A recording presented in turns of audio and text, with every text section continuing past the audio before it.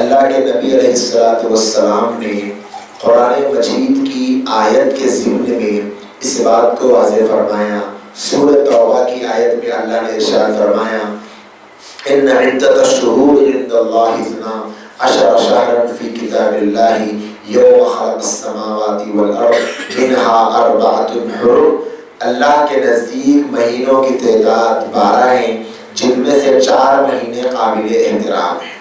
اللہ کے رسول صلی اللہ علیہ وآلہ وسلم نے حجۃ الوداع کے موقع پر خطبہ عرفات میں اس بات کو ارشاد فرمایا کہ وہ 4 مہینے جن میں سے 3 تو یکے بعد دیگرے ہیں، ذی قعدہ، ذی الحجہ اور محرم، اور 4تھا مہینہ رجب ہے جو شعبان سے پہلے آتا ہے، تو وہی مہینہ ہے۔ اگر کل چاند نظر آ جائے تو وہ کل شروع ہو جائے گا۔ رجب کے مہینے کی بہت زیادہ فضیلت قرآن مجید سے تو یہ ثابت ہے کہ وہ قابل احترام ہے۔ قابل احترام مہینوں کے سلسلے میں ابو بکر جساس رحمۃ اللہ علیہ نے یہ بات ارشاد فرمائی کہ ان مہینوں کی خاصیت یہ ہے کہ جو ان مہینوں میں نیکیوں کی کثرت کرے گا اللہ تبارک و تعالی سال بھر اسے نیکیوں پر جمنے کی توفیق عطا فرمائیں گے، اور جو ان مہینوں میں کوشش کر کے اپنے آپ کو گناہ سے بچا لے گا اللہ پاک سال بھر اسے گناہ سے بچنے کی ہمت اور طاقت عطا فرمائیں گے۔ اور یہ بھی ارشاد فرمایا کہ جو اس مہینے میں ایک نیکی کرے گا اللہ عام مہینوں کے مقابلے میں اس کو اجر دگنا عطا فرمائیں گے، اور جو ان مہینوں میں گناہ کرے گا تو اللہ پاک اس کے گناہ کو بھی دگنا کر کے عطا کریں گے۔ تو اس اعتبار سے قرآن مجید سے اس کی فضیلت ثابت ہے، حدیث رسول سے فضیلت اس طور پہ ثابت ہے کہ اللہ کے نبی صلی اللہ علیہ وسلم جب رجب کا چاند دیکھتے تو آپ دعا فرماتے اللہم بارک لنا فی رجب و شعبان وبلغنا رمضان، اے اللہ ہمارے لیے رجب اور شعبان میں برکت عطا فرما اور رمضان کو ہم کو رمضان تک پہنچا دے۔ اس کا معنی یہ ہے کہ اے اللہ ہماری زندگی میں اتنی برکت دے کہ رجب بھی گزر جائے، شعبان بھی گزر جائے اور رمضان تک ہم پہنچ جائے۔ تو گویا رجب کا مہینہ استقبال رمضان کا مہینہ ہے۔ تو آپ علیہ السلام اس طریقے سے رجب کا چاند دیکھنے سے اہتمام کے ساتھ رمضان کا استقبال کیا کرتے تھے۔ تو یہ ہم کو بھی کرنا ہے کہ رمضان کی ابھی سے تیاری کرنا ہے، رمضان کے سلسلے میں اپنے آپ کو ابھی سے چوکنا کرنا ہے، نیک اعمال کی کثرت، نمازوں کی پابندی، تلاوت قرآن کی پابندی، ذکر و اذکار کی پابندی، اللہ کے رسول صلی اللہ علیہ وسلم کی سنتوں کی اطاعت، اور ایک ایک سنت کو ڈھونڈ ڈھونڈ کر جو اب تک چھوٹ رہی تھی کرنا، یہ رجب میں کرنے کے کام۔ اسی طریقے سے رجب کے سلسلے میں بہت ساری ایسی چیزیں ہیں جو معاشرے میں اللہ کے رسول صلی اللہ علیہ وسلم نے کرنے کو نہیں کہی مگر رائج ہو گئی ہے۔ جیسے رجب میں کسی دن کو خاص سمجھنا، کسی وقت کو خاص سمجھنا، کسی موقع کو خاص سمجھنا، اخیر جمعرات میں کوئی خاص کام کرنے کو کہنا، پہلے جمعرات کو کوئی خاص کام کرنے کو کہنا، کوئی خاص غسل بنا لینا، اور رجب کے مہینے میں خاص طور پر کوئی نماز قائم کر لینا، یہ سب کچھ قرآن اور سنت کے علاوہ اور خلاف ہے۔ قرآن و سنت سے اس کا ثبوت نہیں ملتا۔ اللہ کے رسول صلی اللہ علیہ وسلم نے جو بات ارشاد فرمائی بس وہ یہ ہے کہ رجب کا مہینے سے رمضان کا استقبال کرو، آپ نے دعا کر کے امت کو یہ سبق دے دیا ہے۔ اسی طریقے سے رجب کے مہینے میں بہت سارے لوگ 22 رجب کو کنڈوں کے نام سے ایک رسم ادا کرتے ہیں۔ اس کا تعلق اسلام سے نہیں بلکہ اسلام کے ایک بہت بڑے سپہ سالار اللہ کے نبی علیہ السلام کے چہیدے صحابی، اللہ کے نبی کے قریبی صحابی،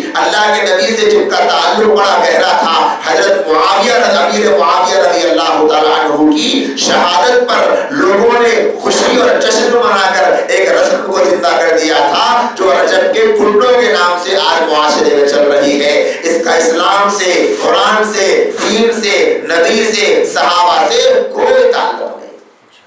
اسی طریقے سے رجب کے اس مہینے میں معراج کا واقعہ پیش آنا بھی احادیث سے ثابت ہے۔ تاریخی روایات سے یہ بات ملتی ہے کہ رجب کا مہینے کا جو صبح رجب کے مہینے میں نبی علیہ السلام کو واقعہ معراج ہوا ہے، اور بھی اقوال ہیں۔ رجب کے سلسلے میں رجب کے ابتدائی ہفتے کا قول بھی ہے،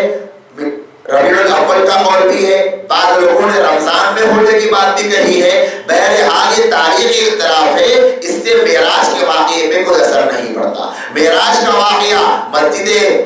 سے مسجد اقصی تک قرآن سے ثابت ہے، مسجد اقصی سے آسمانوں کی سیر تک احادیث سے ثابت ہے۔ 25 سے زائد صحابہ نے معراج کے واقعے کو نقل فرمایا ہے۔ معراج کے واقعے کا ثابت ہونا تو ظاہر ہے، لیکن تاریخ کے سلسلے میں اختلاف ہے۔ رجب کی 27 تاریخ کو ہی معراج کا واقعہ پیش آیا، یہ بات کسی بھی مورخ نے نہیں لکھی۔ ایک مشہور قول ہے کہ 27 رجب کو معراج کا واقعہ پیش آیا، لیکن جب جو واقعہ پیش آنے کی تاریخ محفوظ نہیں، اس کے باوجود اگر مسلمان اس تاریخ کو معراج منائے تو بتلائیں یہ کہاں کا اسلامی طریقہ ہوا۔ اسلامی اعتبار سے معراج کے واقعے پر جاگنا اور معراج کے سلسلے میں کوئی خاص عبادت کا کرنا اور معراج کے تعلق سے کوئی خاص نماز، کوئی خاص غسل، کوئی خاص ذکر، کوئی خاص دعا کا کرنا نہ قرآن سے ثابت ہے، نہ حدیث سے ثابت ہے، نہ صحابہ سے ثابت ہے، نہ سلف صالحین سے ثابت ہے، نہ علماء صلحاء سے ثابت ہے۔ یہ بس لوگوں نے ایجاد کر دیا ہے،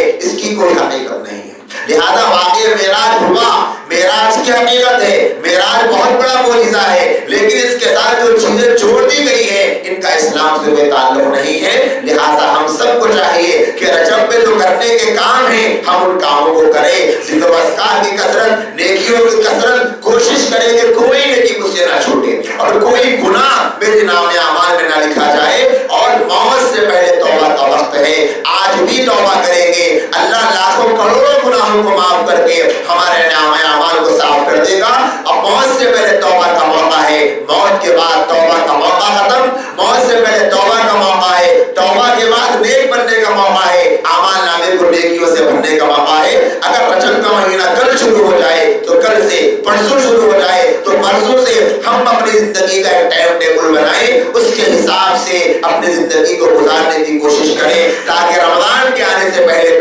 ہمارا دل اس قابل ہو جائے کہ رمضان کی رحمتیں، رمضان کی برکتیں ہمارے دل میں سم ہو جائے۔ اللہ پاک سے دعا ہے اللہ ہم تمام کو